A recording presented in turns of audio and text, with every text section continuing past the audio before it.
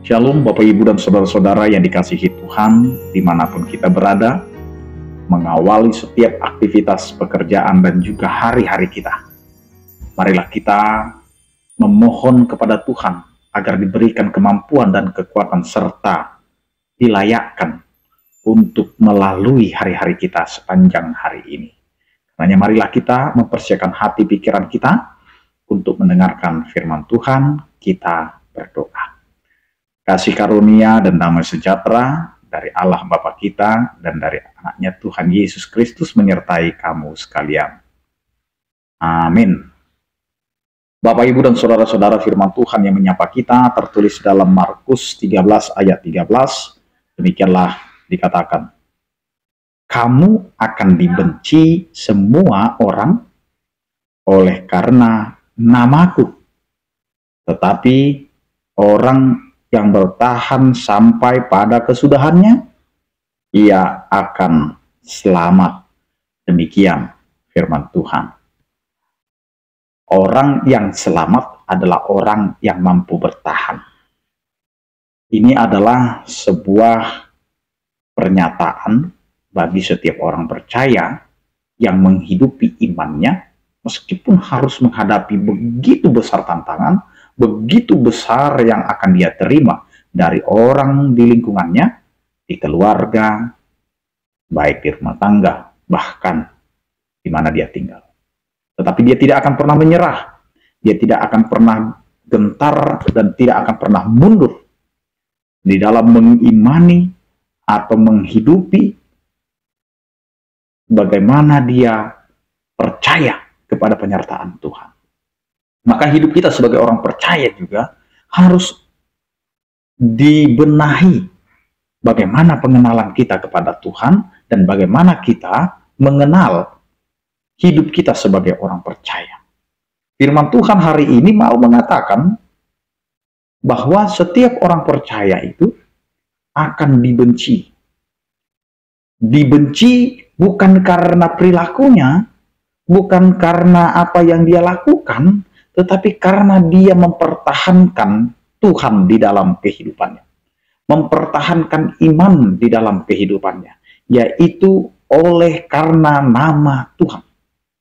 Ketika kita berdebat, ketika kita dipertanyakan, ketika kita sedang berdiskusi, ketika kita harus berhadapan dengan agama-agama lain, kepercayaan-kepercayaan lain, bagaimana kita tetap berpegang teguh dan tetap mempertahankan nama Tuhan di dalam Yesus Kristus. Itu adalah nama yang kita puja dan puji di dalam sembah sujud kita.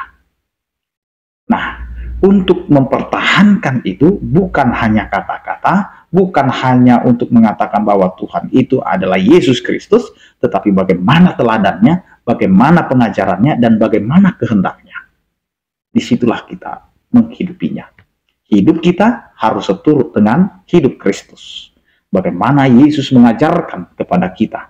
Meskipun dia harus dibenci, dia harus dihina, dia harus dijebak, bahkan tidak diberi kesempatan untuk mempertahankan diri. Tetapi Yesus tetap bertahan di dalam pengajarannya, yaitu memberitakan tentang kerajaan Allah yang tidak sesuai dengan pikiran manusia. Karena yang dia beritakan adalah bagaimana kerajaan Allah yang dari Allah itu sendiri yang akan hadir di tengah-tengah dunia, dan itu yang dia pertahankan. Maka jika kita dibenci, jangan ada yang takut untuk dibenci, Bapak, Ibu, dan Saudara-saudara. Karena jika kita dibenci karena nama Tuhan, kita adalah orang yang akan dimenangkan. Pertanyaannya, mampukah kita bertahan? Mampukah kita berdiri teguh? Mampukah kita tetap percaya kepada Tuhan jika tantangan itu harus kita hadapi? Jika kita dikucilkan, jika kita dibenci, bahkan kita dikerdilkan di dalam iman kita sebagai orang Kristen. Karenanya Bapak, Ibu, dan Saudara-saudara, jelas firman Tuhan ini meneguhkan kita sekarang. Tetapi orang yang bertahan sampai pada kesudahannya, bertahan sampai pada kesudahannya. Ini mau mengingatkan kita, Bapak, Ibu, dan Saudara-saudara. kebencian orang.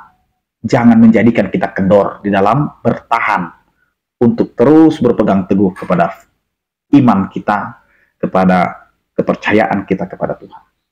Maka disinilah, jika kita mampu bertahan sampai kesudahannya, maka disitulah Tuhan akan menyatakan bahwa Ia akan menyelamatkan kita.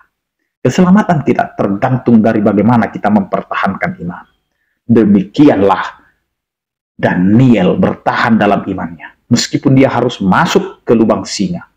Begitu juga bagaimana Daud meyakini Allah sebagai temannya yang mendampingi kehidupannya untuk melawan Goliat. Maka semuanya dinyatakan oleh Tuhan. Ia diselamatkan, bahkan dimenangkan. Karena itu, mari kita Bapak Ibu dan Saudara-saudara meyakinkan hidup kita. Meskipun kita dihina, meskipun kita dicaci maki, meskipun kita tidak diperhitungkan, bahkan dibenci. Hari ini Tuhan mau berkata, berpeganglah teguh dan tetaplah bertahan, karena keselamatan Tuhan akan dinyatakan atasmu. Amin, kita berdoa. Terima kasih Tuhan atas penyertaan kasih setia yang telah Engkau berikan kepada kami, sehingga Engkau meneguhkan kami agar kami mampu bertahan meskipun kami harus dibenci, dan mampu untuk tetap berpegang teguh kepada firman-Mu dan nama-Mu tetap kami muliakan, karena disitulah kami akan mendapatkan keselamatan yang akan Kau nyatakan kepada kehidupan kami. Ya Tuhan, berkatilah setiap perjalanan hidup kami sepanjang hari ini, di dalam keluarga kami, di dalam kehidupan anak-anak kami, dan juga pekerjaan kami. Biarlah Engkau Tuhan yang memberkatinya, dan biarlah semuanya itu seturut dengan kehendak-Mu. Ya Tuhan, berkatilah setiap orang percaya, yang sakit Engkau berikan kesembuhan, yang berduka Engkau berikan penghiburan. Terpujilah Engkau ya Tuhan, dalam Kristus Yesus kami berdoa dan mengucap syukur.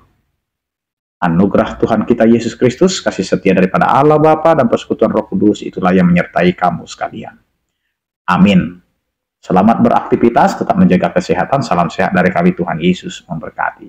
Bapak, Ibu, dan Saudara-saudara yang dikasihi Tuhan, Sinode HKBP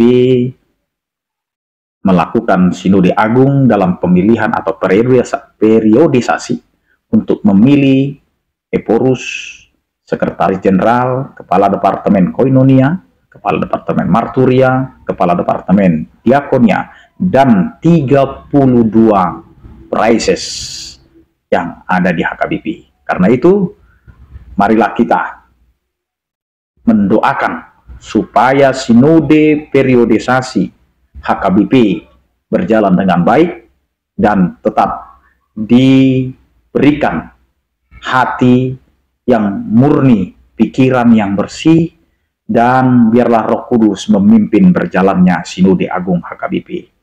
Tuhan Yesus memberkati. Kepada seluruh Sinodestan, mari kita jaga kesehatan dan andalkan Tuhan di dalam pemilihan. Oras.